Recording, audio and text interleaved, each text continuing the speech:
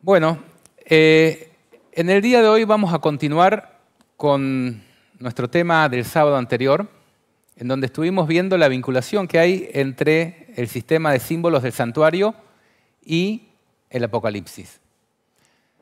Hacemos un breve repaso de lo que vimos el sábado anterior. Nosotros vimos que en el santuario hay diversos muebles que tienen significado.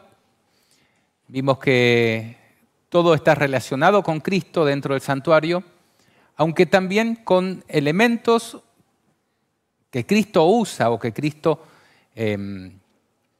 se vale para salvar a su pueblo. Vimos que el santuario era un camino que había recorrido Cristo, que está recorriendo Cristo en representación de su iglesia, que nosotros también tenemos que, por la fe, espiritualmente, transitar el mismo camino que Jesús, sacrificarnos en el altar del holocausto, resucitar una nueva vida en el Espíritu mediante el altar de la purificación, del lavacro afuera.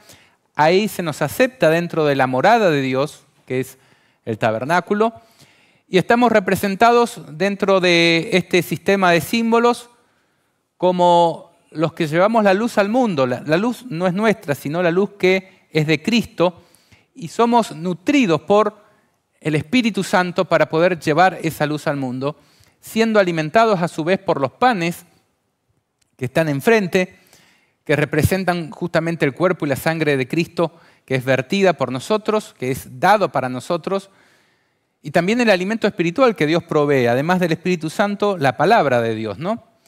Que tenemos permanentemente intercesión de nuestro sacerdote y sumo sacerdote en el cielo a través del altar de incienso, que presenta nuestras oraciones ante el Padre, sin la cual nuestros méritos serían aborrecibles, jamás podríamos estar allí ni presentarnos delante del Padre. Recordamos también que el incienso traspasaba el velo hacia el lugar santísimo y llegaba directamente a la manifestación de la presencia de Dios en la Shekinah, ahí sobre el Arca del Pacto. Vimos que el Arca del Pacto también tenía simbolismo, que es el basamento sobre el cual Dios sustenta su gobierno, su ley. El Arca del Pacto contenía la ley. Vimos que también están rodeados de querubines, que son símbolos de los principales ángeles que Dios tiene en más próximo. Y además de todo esto, vimos que había un propiciatorio que hace referencia a una plataforma sobre la cual Dios tiene su trono y que Él extiende el lenguaje de Apocalipsis. Cuando vemos la inmensa multitud, dice en Apocalipsis 7 que Él extenderá su morada sobre ellos. Él extiende para que nosotros también podamos llegar a su presencia y habitar con Él en su mismísima presencia, ahí alrededor, al lado de los querubines que velan su gloria. Allí somos invitados por Dios. Pero tenemos que hacer un recorrido, transitar, así como Cristo, este santuario. Y Jesús lo hace en nuestra representación. Vimos también que el santuario tenía dos tiempos, dos rituales típicos, podríamos decir, que es el diario y el extraordinario. El diario se realizaba todos los días, inclusive durante el día de expiación, que representa justamente los sacrificios extraordinarios que se ofrecían, en este caso no solamente para presentar la intercesión de Cristo, sino también para obrar la purificación del santuario. Siempre se utilizaban todo el sistema, todos los días, inclusive en el día de expiación, desde el altar del holocausto, la fuente del lavacro. En el día de expiación también se aparejaban las lámparas, se veía todo lo que tenía que ver con los panes. Y la diferencia es que el incienso no se ofrecía esta vez sobre el altar de incienso, sino que se llevaba un incensario móvil, portátil, traspasando el velo y se ofrecía ante la mismísima presencia de Dios. Vamos a estar hoy analizando un poquitito más eso en lo que nos toca del análisis del Apocalipsis. Cuando nosotros lo vinculamos con Apocalipsis, vemos que desde el mismo comienzo, desde Apocalipsis 1, Cristo se presenta en el contexto del santuario ante Juan. Allí dice, el versículo 12, y vi 7 candeleros de oro, y en medio de los 7 candeleros a uno semejante al Hijo del Hombre, vestido de una ropa que llegaba hasta los pies. Nosotros analizamos los simbolismos de la apariencia de Cristo en este momento y vimos que estaban muy relacionados con el día en que Cristo purificará la tierra. También vimos que los 7 candeleros representan justamente a esas iglesias. Y haciendo un breve repaso, el contexto que por lo menos yo veo en Apocalipsis es que desde el mismo comienzo se presenta a Juan teniendo visiones, dice: yo estaba en el Espíritu en el día del Señor. Para mí eso no solamente apunta al sábado como día del Señor, sino a ese gran y terrible día del Señor que tenemos en el futuro, que está muy pegado al milenio, que es otro sábado milenial, que es lo que le da paso a ese otro sábado, y es justamente lo que representa el juicio ejecutivo de Dios, cuando Dios, después de haber investigado, pone las cosas en orden, limpia el santuario, purifica la tierra de todo mal. Y vimos justamente que Cristo se presentaba en el ritual de aparejar las lámparas, de limpiar las lámparas. En ese contexto, las lámparas representan justamente las iglesias, y allí les envía un mensaje a las 7 iglesias, que es el símbolo de la plenitud de la iglesia, para que estén preparadas para ese día del juicio. En el día de expiación se aparejaban las lámparas a la mañana previo a que ocurrieran los rituales propios de la expiación. Eso es básicamente lo que nosotros vimos en el sábado anterior. También avanzamos hacia el capítulo 4 de Apocalipsis y allí vimos que se invitaba a Juan a traspasar a una nueva sala que se encontraba en un lugar elevado. Dice: vi una puerta abierta en el cielo y la primera voz que oí como de trompeta, que es Cristo, hablando conmigo, dijo: sube acá y te mostraré las cosas que sucederán después de estas. Eso es importantísimo. Vuelve a repetir que él estaba en el Espíritu, obviamente siguen visiones, como estaban en el capítulo 1, y ahí ve el trono de Dios en el cielo y 24 tronos que los rodean. Nosotros relacionamos este texto con justamente las palabras de Daniel cuando dice en Daniel 7, 9 al 11, que ve al anciano de días y que se ponen tronos y que comienza el juicio. Dice: el juez se sentó y los libros fueron abiertos. Sabemos que hay mucha gente que relaciona este texto con sucesos que acontecieron casi 70 años antes, con la ascensión de Cristo. Sin embargo, una lectura un poquito más cuidada, creo que debería reconsiderar esto, porque aquí dice: te mostraré las cosas que sucederán después de estas, y se le muestra en ese contexto las cosas que sucederán después de estas, esa sala del cielo. Vimos que allí también aparecen los querubines como 4 seres vivientes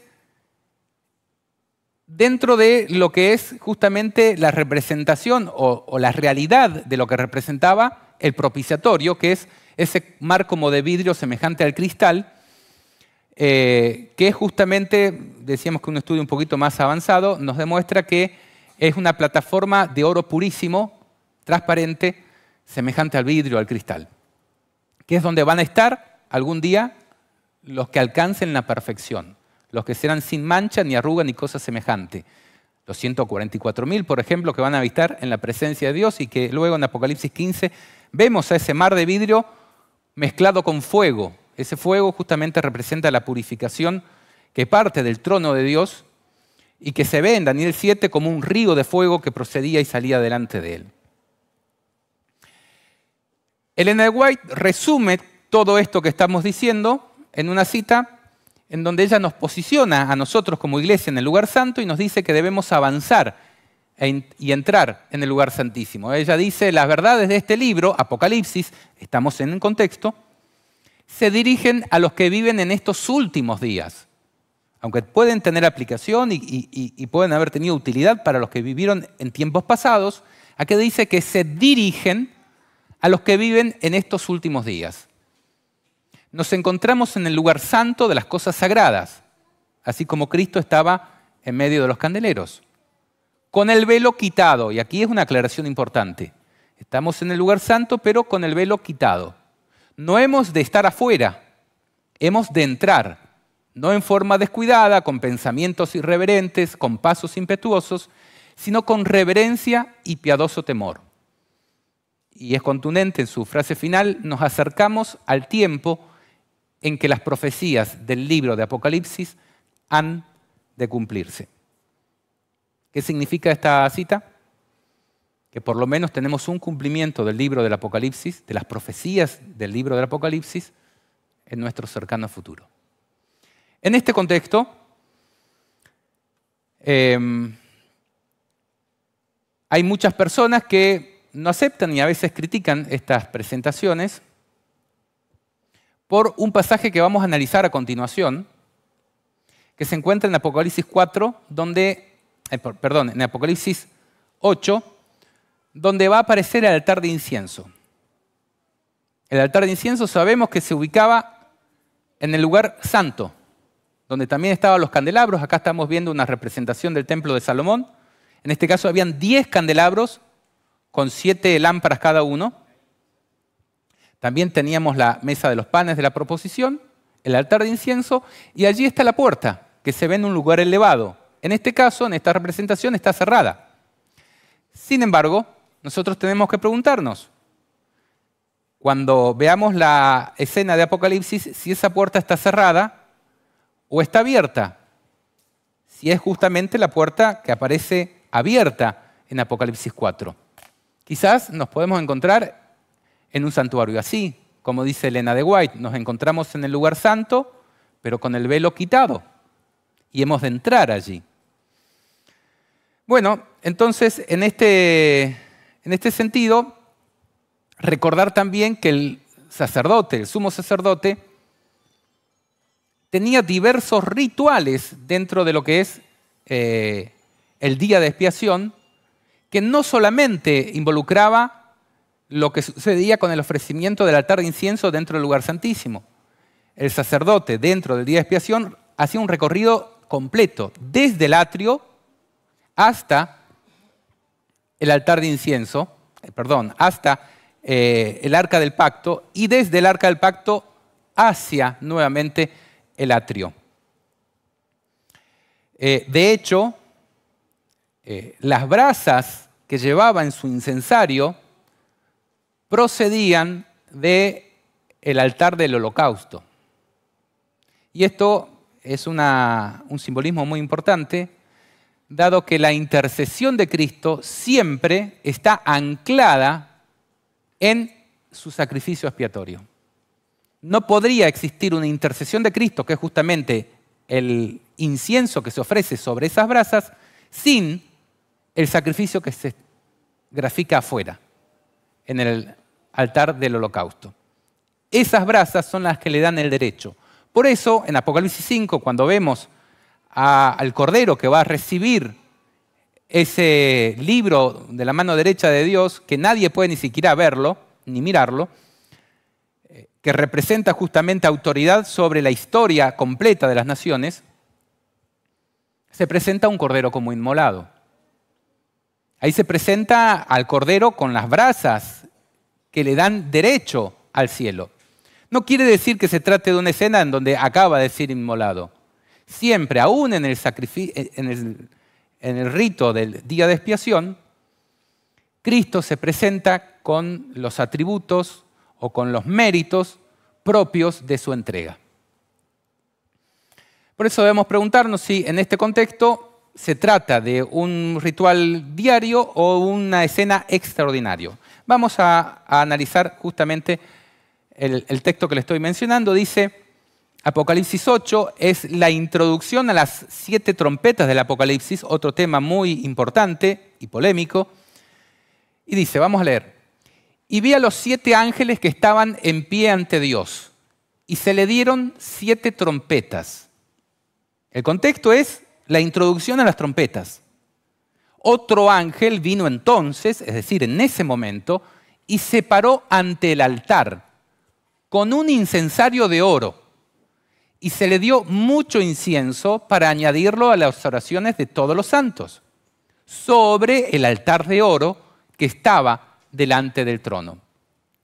y de la mano del ángel subió a la presencia de Dios. Siempre el humo del incienso sube a la presencia de Dios. Hay que ver si estamos en el ritual diario o extraordinario o en qué situación, pero siempre el incienso sube a la presencia de Dios.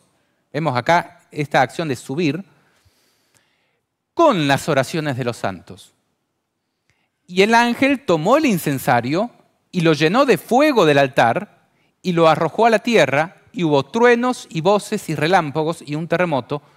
Y los 7 ángeles que tenían las 7 trompetas se dispusieron a tocarlas. Lo interesante es que muchas veces en un pensamiento clásico anterior, de gente que ha estudiado estos temas, ven aquí, en el último versículo que leímos, en el 5, perdón, esta escena de tomar fuego del altar y arrojarlo a la tierra como el fin de la gracia. Vamos a ver, en mi pensamiento esto no es correcto, pero muchas veces las personas piensan que esta es una escena que grafica el fin de la gracia. Sin embargo, paradójicamente, colocan el cumplimiento de las trompetas del Apocalipsis en un pasado remoto. Y esto es incongruente porque el Apocalipsis está escrito en orden. Desde el comienzo se muestra a los 7 ángeles que van a tocar las trompetas, ocurre esta escena y se dice, y los 7 ángeles que tenían las 7 trompetas se dispusieron a tocarlas, y a continuación vienen los toques de las trompetas. Entonces, ¿cómo vamos a poner esta escena de que se arroja el incensario a la tierra como el fin de la gracia y las trompetas en el pasado? Hay algo que nos cierra. Pero hay varias cosas que tenemos que analizar aquí, porque si nos preguntamos, ¿a qué rito se asemeja esto? Al servicio diario en que el incienso se ofrecía, como dice aquí, sobre el altar de oro. En el servicio diario el incienso no se ofrecía con un incensario, se ofrecía directamente sobre el altar de oro. O nos encontramos en el servicio extraordinario, en el día de expiación, donde aquí vemos la presencia de un incensario de oro en la mano del ángel que está representando a Cristo, al sumo sacerdote, que se para ante ese altar de oro. Estuve buscando información. ¿Hay alguna vez en el Antiguo Testamento, en Levítico, en los libros de Moisés o en toda la Biblia que se relacione que el sacerdote tenga que entrar con un incensario de oro en el contexto propio del sacrificio diario? No, nunca. Siempre el sumo sacerdote entraba con una especie de palilla o algo así, que llevaba el incensario y lo ofrecía sobre el altar de oro. Ahora aquí hay una aparente contradicción. Estamos en un rito en donde hay un incensario, pero el incienso se ofrece sobre el altar. ¿Podemos encajarlo rígidamente en el servicio diario o en el extraordinario? Y aquí vemos 2 caras de una moneda. Y yo siempre insisto en que tenemos que tratar de entender el panorama general, porque muchas veces van a haber personas que van a abonar la idea de una cara de la moneda. Y vamos a encontrar otros que abonan la otra idea con sus fundamentos. Aquí alguien que cree que se trata del día de expiación va a decir, está con el incensario. ¿Y es verdad? ¿Es verdad? El otro, contrario, se va a oponer y va a decir, no, herejía, el incienso se está ofreciendo sobre el altar de oro. ¿Y entonces? Bueno, tenemos que seguir analizando el pasaje y viendo todas las veces en que en la Biblia se utilizan incensarios. ¿Y quiénes los utilizan?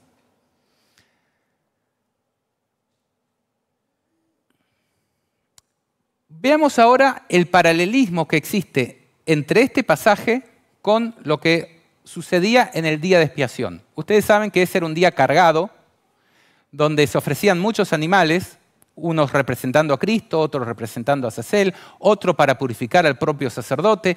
Era un día de mucha actividad ritual, podríamos decir, pero nos vamos a centrar específicamente en lo que tiene que ver a la presentación del incienso.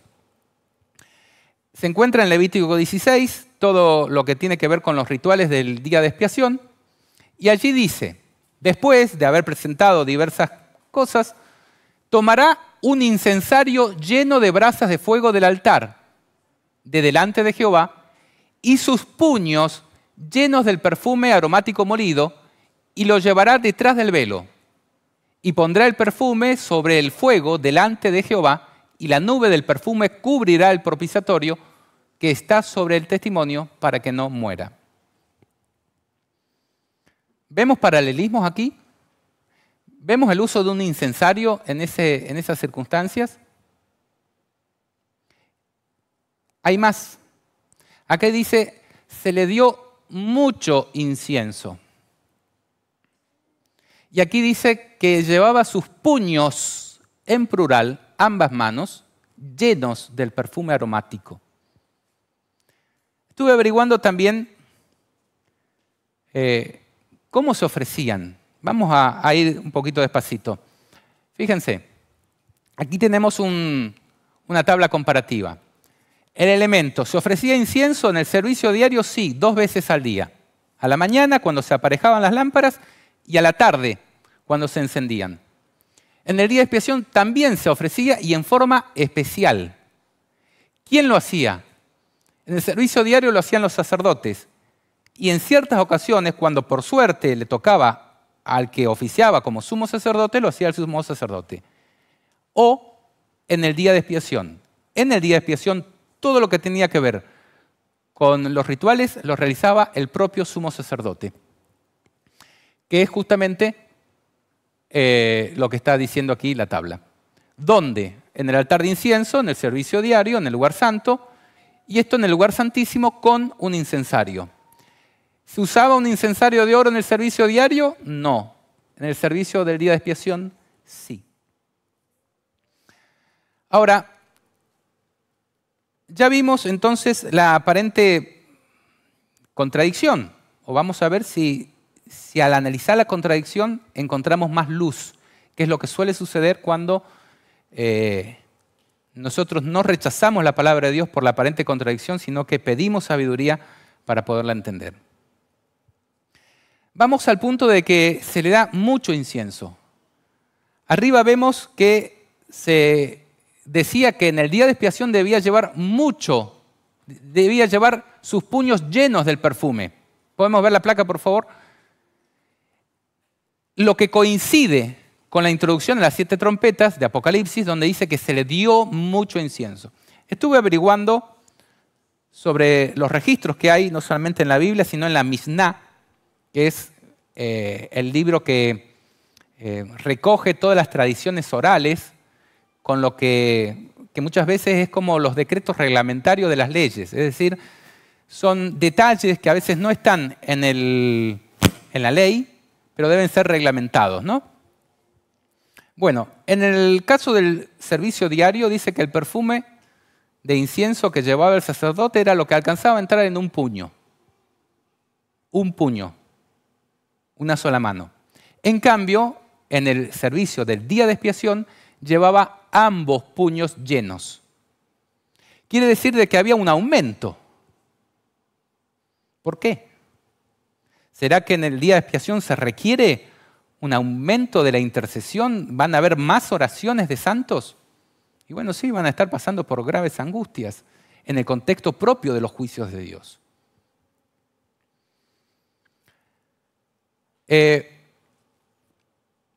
Ahora, además de estas dos cosas que nos vinculan con el día de expiación, tanto el incensario de oro, que solamente aparece en contexto de expiación, como el mucho incienso, una porción aumentada, tenemos que notar de que en el versículo 5 dice, el ángel tomó el incensario y lo llenó de fuego del altar y lo arrojó a la tierra. Y hubo truenos y voces y relámpagos y un terremoto, y los 7 ángeles que tenían las 7 trompetas se dispusieron a tocarlas. El contexto en donde está sucediendo esta escena es uno extraordinario? ¿O sucedían estas cosas en los rituales diarios? ¿Será que en los rituales diarios se arrojaban el incensario a la tierra? ¿O habían truenos y voces y relámpagos, terremotos? ¿No son estas señales de algo extraordinario? Ahora, pero aparece el altar de incienso. Aquí hay una señal que nos está indicando algo, que tenemos que investigar más. ¿A qué momento específico se refiere? ¿En qué momento van a comenzar a sonar las trompetas? Esa es la importancia. Si nosotros le erramos en la interpretación de lo que estamos leyendo aquí, la introducción a las trompetas, no vamos a saber interpretar el significado de las trompetas del Apocalipsis. Cosa que es sumamente importante para que podamos afrontar el terrible día de Jehová. Veamos ahora escenas donde en el Antiguo Testamento, relacionado con el conocimiento del santuario y con lo que se hacía en relación al santuario, se usaron inciensos. No solamente por parte del sumo sacerdote, sino de otros que quisieron ocupar su lugar. ¿Y qué constituyó esto para Dios? ¿Y qué sucedió en aquellas circunstancias? La primera que vamos a mencionar, no vamos a leer texto, es cuando Nadab y Abiú, los hijos de Aarón, intentan ofrecer con incensarios fuego extraño delante de Jehová. Aunque eran los hijos del sumo sacerdote, en ese momento salió fuego del altar y los consumió. Y se le dijo a Aarón, no llores. Terrible. Ahora, si eso no alcanzó, hubieron otras circunstancias en donde personas, en lo que se conoce como la rebelión de Coré, intentaron ocupar el sacerdocio. ¿Por qué tienes tú que dirigirnos? Ustedes, los hermanitos, se han apoderado de nosotros. Nosotros somos tan hijos de Jehová como ustedes. Nosotros también vamos a ofrecer. ¿Por qué solamente tú tienes que estar en el santuario, Aarón? Y desafiaron la autoridad de Moisés y de Aarón. Desafiaron la autoridad establecida. Y ahí Aarón dice que se quiebra delante de Dios y le dice, ¿qué hago con esta gente? Y les dice, bueno, vamos a hacer que Dios responda. Si ustedes se creen capaces de venir a desafiar la autoridad, que han visto todas las señales que Dios ha acompañado a este sacerdocio, y se creen con facultad suficiente para adorar, agarren sus incensarios y vengan y preséntense delante de Dios. A ver qué sucede. ¿Qué sucedió? Nuevamente salió fuego de Dios del altar y los consumió. Fuego de la presencia de Dios, dice, y los consumió. Los que participaban en esa rebelión, se abrió la tierra y los tragó. Y la gente huyó de pánico. Sin embargo, al día siguiente vinieron otra vez a rodear a Moisés y a Aarón y le dijeron, tú has dado muerte a nuestros hermanos y nuestros parientes. Y ahí es como que la paciencia de Dios llegó a su límite. Vamos a leer lo que sucede en ese momento. Dice, Jehová habló a Moisés diciendo, apartaos de en medio de esta congregación. ¿Será que a nosotros se nos llama también a apartarnos de las ciudades? Apartaos de en medio de esta congregación y los consumiré en un momento. Y ellos, en vez de apartarse y dejar que los consuma, se postraron sobre sus rostros y dijo Moisés a Aarón, toma el incensario y pon en él fuego del altar y sobre él pon incienso y ven pronto a la congregación y haz expiación por ellos. ¿Ven esta palabra? Expiación. Porque el furor ha salido de la presencia de Jehová. La mortandad ha comenzado. Entonces Aarón Tomó el incensario, como Moisés dijo, y corrió en medio de la congregación, y aquí que la mortandad había comenzado en el pueblo. Y él puso incienso e hizo expiación por el pueblo, y se puso entre los muertos y los vivos, y cesó la mortandad. ¿Será que el pasaje de Apocalipsis 8, la introducción a las trompetas, podemos estar en una circunstancia similar, en donde hay quienes van a estar queriendo usurpar el templo de Dios, presentándose como si fuera Dios, para imponer una falsa adoración, un fuego extraño, un día de reposo espurio, podríamos decir? ¿Cómo va a ser tomada esta abominación de parte de Dios? Analicemos un poquito los pasajes combinados. Tenemos Apocalipsis 8, 2 al 5, y Números 16, 41 al 50, que es justamente lo que relata la rebelión de Coré.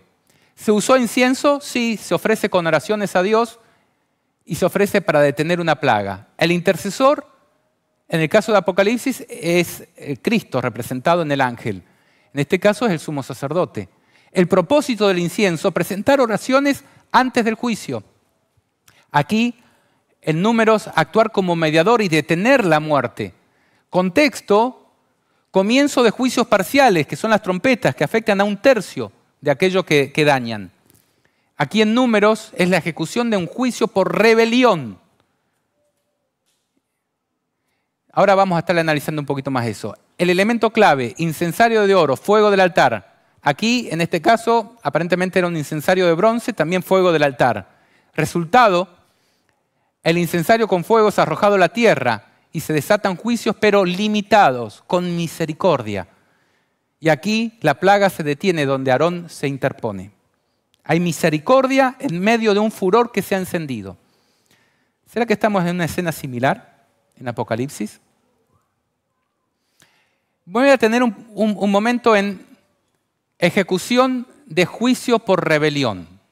Porque muchas veces como adventistas somos el pueblo encargado de enseñar acerca del juicio de Dios.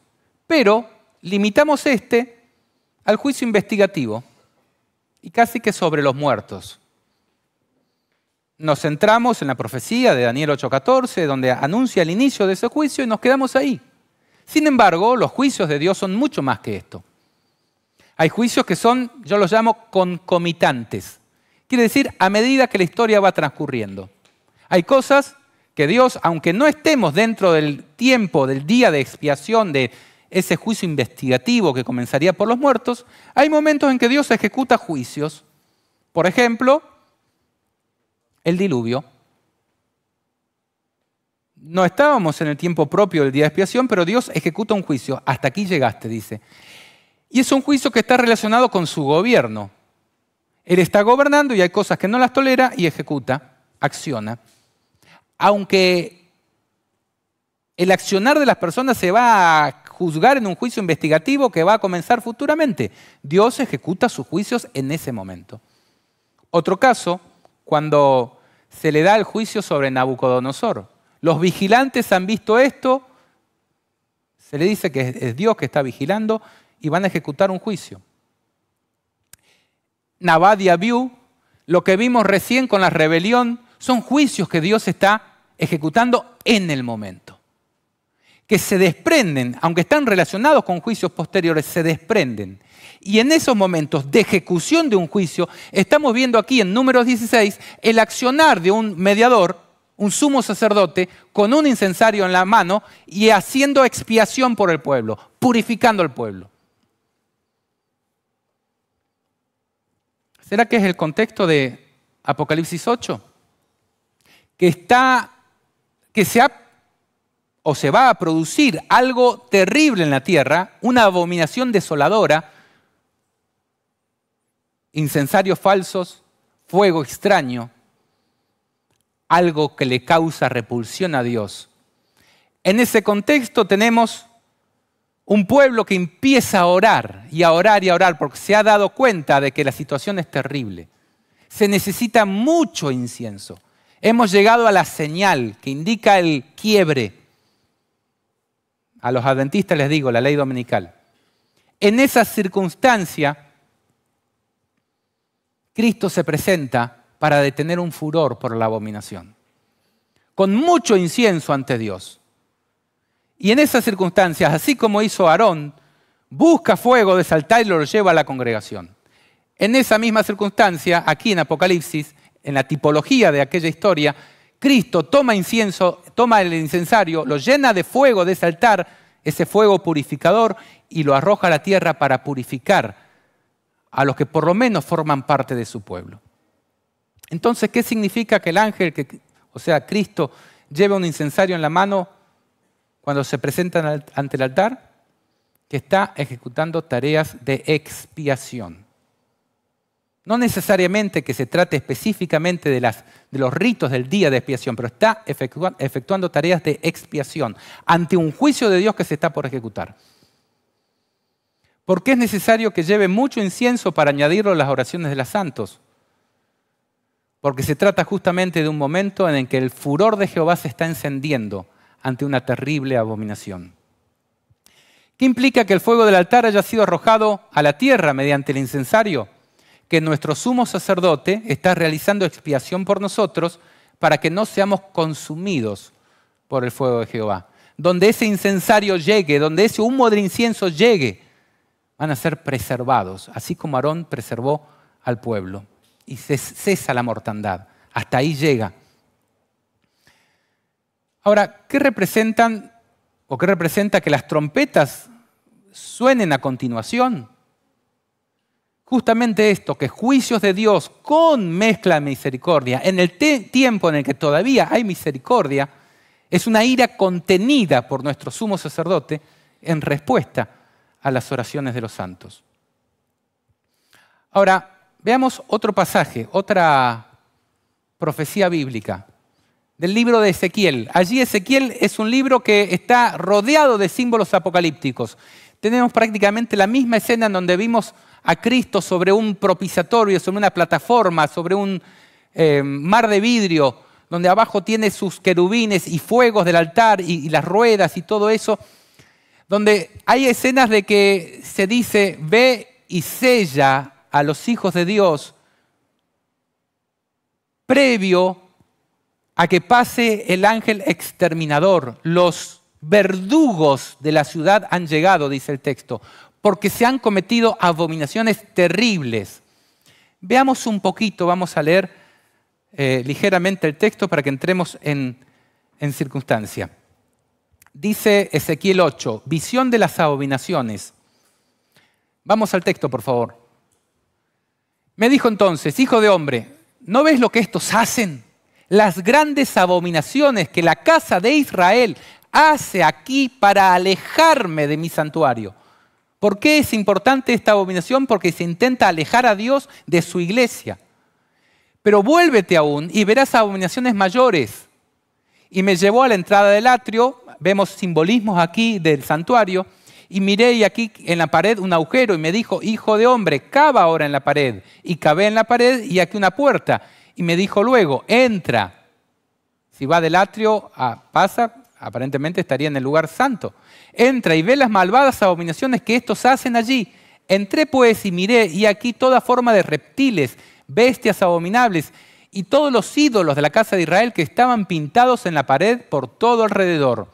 Y delante de ellos estaban 70 varones de los ancianos de la casa de Israel, y Jaazanías, hijo de Safán, en medio de ellos, cada uno con un incensario en su mano, y subía nube espesa de incienso. Y me dijo, hijo de hombre, ¿has visto las cosas que los ancianos de la casa de Israel hacen en tinieblas?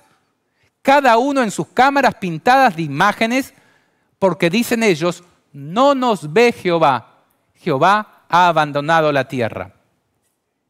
Vemos nuevamente aquí, no son muchos los pasajes en donde aparece la figura del incensario. Yo los busqué y los leí todos.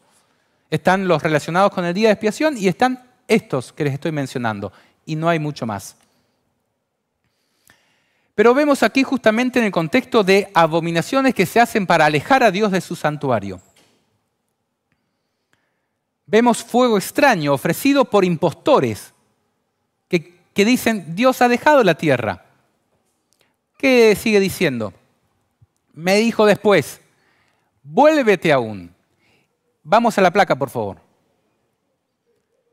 Y verás abominaciones mayores que hacen estos. Y me llevó a la entrada de la puerta de la casa de Jehová, que está al norte. Y aquí mujeres que estaban allí sentadas endechando a Tamuz. Es un ídolo. Luego me dijo, ¿no ves, hijo de hombre? Vuélvete aún y verás abominaciones mayores que estas. Ya varias veces ha dicho, mayores, mayores, mayores. Y me llevó al atrio de adentro de la casa de Jehová.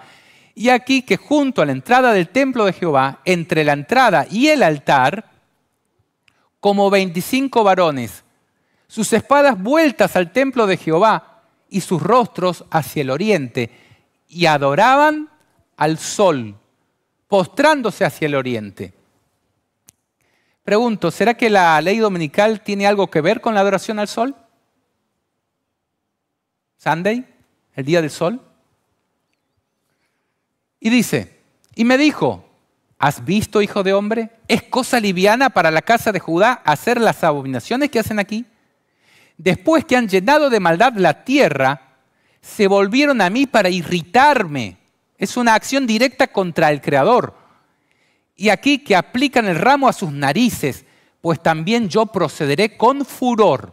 No perdonará mi ojo, ni tendrá misericordia. Y gritarán a mis oídos con gran voz, y no los oiré. Vemos el contexto de una escena donde se usan los incensarios y estamos ante una gran abominación que Dios va a responder con furor. ¿Qué viene a continuación? Ezequiel 9. Clamó en mis oídos con gran voz diciendo, los verdugos de la ciudad han llegado. La mortandad ha comenzado, podríamos decir, en el caso de la escena anterior. Cada uno trae en su mano su instrumento para destruir. Y aquí que 6 varones venían del camino de la puerta de arriba, que mira hacia el norte. Cada uno traía en su mano su instrumento para destruir. Y había entre ellos un varón vestido de lino, el cual traía en su cintura un tintero de escribano, y entrados se pararon junto al altar de bronce. Y llamó Jehová al varón vestido de lino, que tenía en su cintura el tintero de escribano, y le dijo Jehová, pasa por en medio de la ciudad y por en medio de Jerusalén, y ponles una señal en la frente a los hombres que gimen y claman a causa de todas las abominaciones que se hacen en medio de ella. Y a los otros dijo, oyéndolo yo, pasad por la ciudad en pos de él y matad. No perdone vuestro ojo, ni tengáis misericordia. Estamos ante un momento donde la misericordia de Dios se está manifestando, pero su furor también. Ese es el contexto en donde el siguiente capítulo de Ezequiel vemos el siguiente texto. Y mire, y aquí que en la expansión que había sobre las cabezas de los querubines, como una piedra de zafiro, esto es el propiciatorio, lo que yo les decía, ese mar como de vidrio, que parecía como semejanza de un trono que se mostró sobre ellos.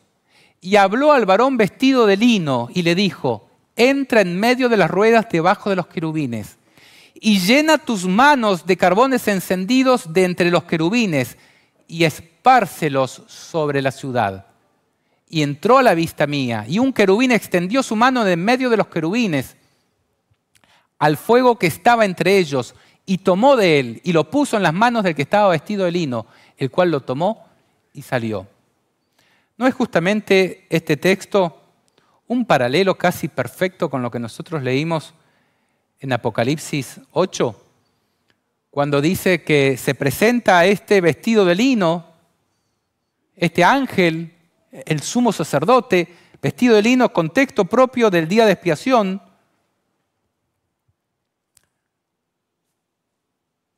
Y toma el incensario, lo llena de fuego del altar y lo arroja a la tierra. Veamos lo que decía anteriormente, dice, y llena tus manos de carbones encendidos de entre los querubines y espárcelos sobre la ciudad. Es tomar fuego del altar, es tomar fuego de la presencia de Dios y arrojarlo sobre la tierra. Yo encuentro un paralelismo sorprendente. Ahora, ¿qué representa ese fuego? ¿Representa la ira de Dios? ¿El fuego consumidor? Para comprender un poquito mejor esto, vamos a analizar otra vez en donde aparecen elementos aquí mencionados, pero ahora en Isaías. Dice, en el año en que murió el rey Uzías, vi yo al Señor sentado sobre un trono alto y sublime. Mismo contexto que Apocalipsis. Y sus faldas llenaban el templo. Por encima de él había serafines. Y el uno al otro daba voces diciendo, Santo, Santo, Santo, Jehová de los ejércitos. Toda la tierra está llena de su gloria. Y los quiciales de las puertas se estremecieron con la voz del que clamaba. Y la casa se llenó de humo. El humo del incienso, en el contexto propio de la expiación, debía llenar el lugar santísimo. Entonces dije, ay de mí que soy muerto, porque siendo hombre inmundo de labios y habitando en medio de un pueblo que tiene labios inmundos, dice el profeta, han visto mis ojos al Rey, Jehová de los ejércitos. Y voló hacia mí uno de los serafines, teniendo en su mano un carbón encendido, tomado del altar con unas tenazas, y tocando con él sobre mi boca, dijo, he aquí esto tocó tus labios, y es quitada tu culpa, y limpio tu pecado. Después oí la voz del Señor que decía, ¿a quién enviaré? ¿Quién irá por nosotros? Entonces respondí yo, heme aquí, envíame a mí. En algún momento Dios va a tener que purificarnos. Y de ser los pecadores que somos hoy, vamos a tener que formar parte de esa esposa que no tiene ni mancha, ni arruga, ni cosa semejante. Aquí, como un varón simbólico, Isaías está representando lo que van a realizar la proclamación del mensaje en el último tiempo. Es necesario que esas personas sean tocadas con ese fuego del altar. Que ese fuego del altar llegue a sus labios y los purifique. Y les quite su pecado y les limpie. Dice, es quitada tu culpa y limpio tu pecado. Entonces, en ese contexto, Dios dice, ¿a quién enviaré? Y el que está limpio dice, he aquí, envíame a mí. Ahí es cuando van a surgir la verdadera fuerza de la iglesia para predicar el evangelio en contextos de terribles juicios, como los mencionados en las trompetas del Apocalipsis. Ahora, veamos un poquito qué dice Elena de White acerca de esta cita. ¿Será que se refiere a un tiempo propio del profeta Isaías? ¿A un tiempo ordinario de continua intercesión? ¿O a qué tiempo se refiere? Leamos. Dice Elena de White, cuando Dios estaba por mandar a Isaías con un mensaje para su pueblo, primero dio al profeta una visión que le permitió penetrar con la mirada en el lugar santísimo del santuario. Este trono que se veía, esta plataforma, los querubines, ¿a qué lugar apuntan? ¿A qué lugar Dios envía o le permite ver al profeta? El lugar santísimo de su santuario. Lo mismo que está en Apocalipsis 4. Cuando se invita a Juan a ver lo que sucede allí arriba. De repente parecieron levantarse o apartarse la puerta y el velo interior del templo. Y él pudo mirar adentro al lugar santísimo, donde ni siquiera los pies del profeta podían entrar. Se presentó delante de él una visión de Jehová, sentado en su trono elevado, mientras que el séquito de su gloria llenaba el templo. En derredor del trono había serafines, así como en Apocalipsis, como guardas alrededor del gran rey, que reflejaban la gloria que los rodeaba. Al repercutir sus cantos de alabanza en profundas notas de adoración, temblaban las columnas de la puerta, como si las agitase un terremoto, cosa que vemos en Apocalipsis también. Con labios no mancillados por el pecado, estos ángeles expresaban las alabanzas de Dios. Santo, santo, santo, Jehová de los ejércitos, clamaban, toda la tierra está llena de su gloria. Ahora, entonces, el incensario en la mano y ese fuego del altar implican que Cristo está realizando actos de expiación, cosas que no se realizaban dentro de lo que es el ritual típico diario. Está purificando, está limpiando. Eso es lo que dice el pasaje de Apocalipsis. ¿A quién está purificando? A los que tienen que dar el mensaje. Primero tienen que ver al Rey Jehová en su gloria. Y eso es lo que se nos invita a través del estudio de Apocalipsis, que podamos ver el cielo abierto. Y dice una cita de Elena de White que cuando los hijos de Dios entiendan mejor el Apocalipsis, van a poder ver justamente el cielo abierto y van a poder comprender el carácter que deben desarrollar todos aquellos que quieran habitar con ese Dios santo. A través del estudio de Apocalipsis nosotros podemos ver ese santuario. Ahora, ¿hasta cuándo tendría que predicar? ¿A quién enviaré? ¿Quién irá por nosotros? Y responde, he aquí, envíame a mí. ¿Hasta cuándo iba a predicar? Veamos el contexto de esta cita. Dice, a continuación, los siguientes versículos. Y dijo, anda. Vamos a la placa, por favor. Y dijo, anda, y di a este pueblo, oíd bien y no entendáis. Ved, por cierto, mas no comprendáis. Engruesa el corazón de este pueblo y agrava sus oídos y ciega sus ojos para que no vean con sus ojos, ni oigan con sus oídos, ni su corazón entienda, ni se convierta y haya para él sanidad. El contexto es donde los pecadores están empedernidos, sin embargo, igual se envía al profeta a predicar. Es tiempo de predicación. Aunque el mundo está empedernido contradiciendo a Dios, queriendo que se aparte de su santuario. Y yo dije, ¿hasta cuándo, Señor? ¿Hasta cuándo? Y él respondió, hasta que las ciudades estén asoladas y sin morador, y no haya hombre en las casas, y en la tierra esté hecha un desierto, hasta que Jehová haya echado lejos a los hombres y multiplicado los lugares abandonados en medio de la tierra. Y si quedare aún en ella la 10ª parte, ésta volverá a ser destruida. Pero como el roble y la encina, que al ser cortados aún queda el tronco, así será el tronco, la simiente santa. Quiere decir que los santos aún continuarán vivos en medio de la destrucción que va a enviar Dios. ¿Será que Apocalipsis 8 tiene vinculación con estos pasajes que hemos leído?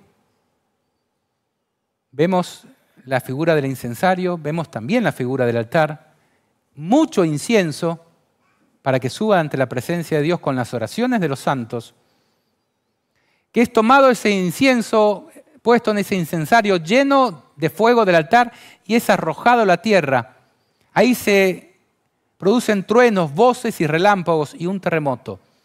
Y los 7 ángeles se disponen a tocar las 7 trompetas, que profetizan la destrucción de una tercera parte de la tierra, en diferentes objetivos podríamos decir que cae la destrucción.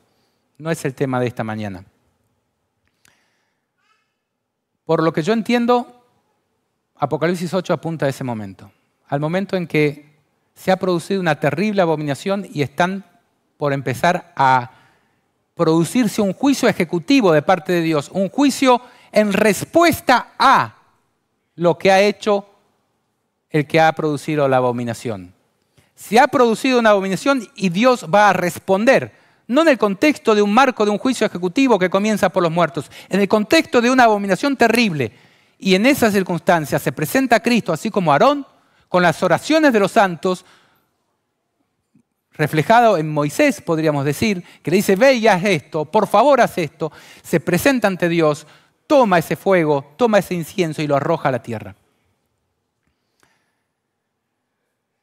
Y hay mucho más que alude en Apocalipsis al santuario y en otras ocasiones quizás podemos entenderlo. Por ejemplo, Apocalipsis 11, y con esto vamos a terminar, dice que luego de todas estas escenas que hemos visto, y previo a la 7ª trompeta, entonces me fue dada una caña semejante a una vara de medir, y se me dijo, levántate, mide el templo de Dios y el altar, y a los que adoran en él. Pero el patio que está fuera del templo, déjalo aparte y no lo midas, porque ha sido entregado a los gentiles, y ellos hollarán la ciudad santa 42 meses, y daré a mis 2 testigos que profeticen por 1260 días vestidos de cilicio. 2 testigos que justamente cuentan con un poder especial, porque son testigos de Dios. Lo vamos a analizar en otro momento, pero son los que han sido limpiados para que ejecuten la tarea de predicación en tiempos de angustia, vestidos de cilicio. En ese contexto, posterior a esa abominación que ha despertado los juicios de Dios en tiempos de misericordia, es donde finalmente se mide el templo de Dios, el altar y a los que adoran en él. Justamente lo que sucede, los ritos propios del día de expiación. Eso es lo que significa los ritos del día de expiación. Medir el templo de Dios, el altar y a los que adoran en él. Ahora, un detalle muy importante. Esta cita no se está refiriendo al juicio sobre los muertos, que comenzó en 1844. Se está refiriendo al juicio de los vivos, a los que habiten en la última generación, porque aquí dice, y a los que adoran en él.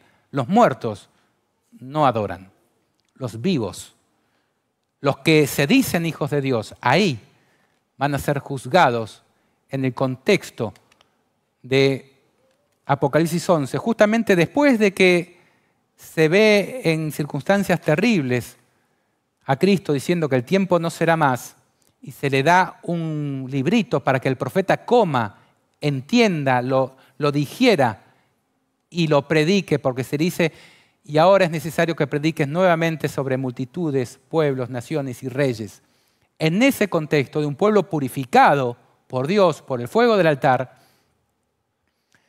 un pueblo que ha comido ese librito abierto de manos de Cristo, es donde se predica nuevamente, es la acción de los 2 testigos en un contexto en donde el templo de Dios, el altar y los que adoran en él están siendo juzgados. Todo el que quiera profundizar un poquito más sobre mi pensamiento, sobre estos temas, los invito nuevamente a considerar este libro, Apocalipsis, el juicio de Dios. Lo tienen gratis disponible en la página de internet diloalmundo.org. Aquí tenemos una escena del santuario en donde vemos reflejada a la iglesia en el lugar santo, pero que se nos invita a pasar a aquella sala de la presencia de Dios, a estar más cerca de Dios.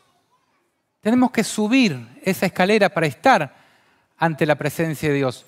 ¿Será que nosotros queremos subir ese monte que subió Moisés a estar con Dios?